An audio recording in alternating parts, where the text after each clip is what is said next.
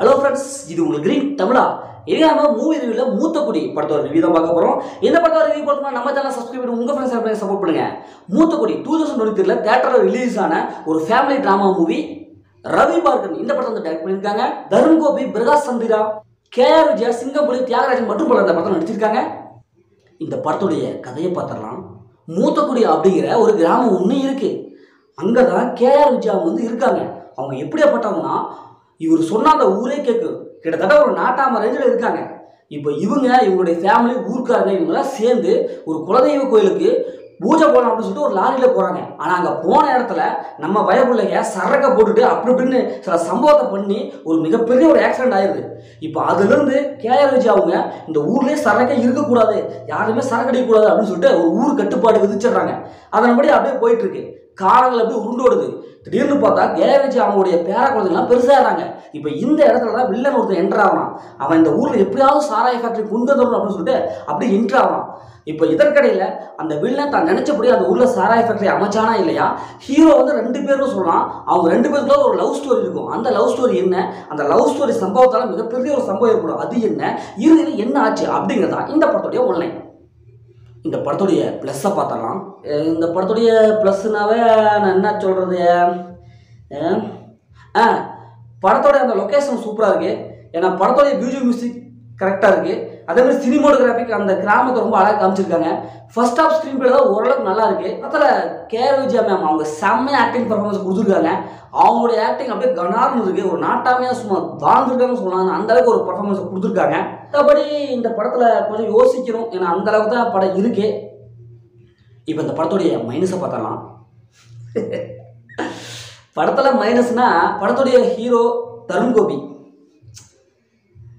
அவருடைய பர்ஃபார்மன்ஸ் செம்மையாக இருக்குங்க. சும்மா பட்டையை கிளப்புறாரு. ஆக்டிங் பர்ஃபார்மன்ஸ்லாம் அப்படியே பின்னி படகெடுக்காரு. என்ன அவருடைய ஆக்டிங் சென்ஸே அந்த திரைக்கதைக்கு வந்து செட் ஆகலை. ஏன்னா அதை ஓவர் கம் பண்ணி ஓவர் ஆக்டிங்காக போயிடுது. மனுஷன் எல்லா சீனுக்கும் சும்மா 200% நடிப்பை கொடுக்குறாரு. இதை பார்க்கும்போது நமக்கு தான் என்னடா இது, என்னடா பண்ணி வச்சிருக்கீங்க, இப்படி இப்படி பயங்கரமாக இந்த சீன்கெல்லாம் எதுக்கு இப்படியே, ஏன் கோபி, என்ன கோபி இது எதுக்கு இப்படி அப்படிங்கிறத நம்ம மைண்டில் அப்படியே ஃபிக்ஸ் ஆகிடுச்சு.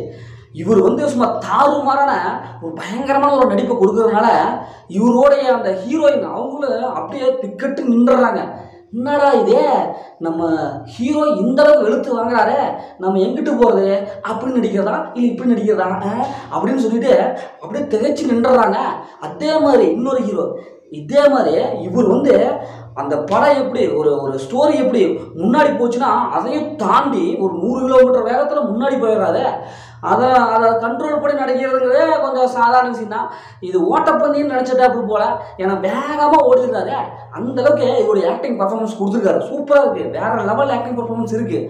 ஆனால் அவருடைய ஆக்டிங் இந்த ஸ்டோரிக்கு செட் ஆகுமா அப்படின்னா தான் கொஞ்சம் அப்படி இருக்கு.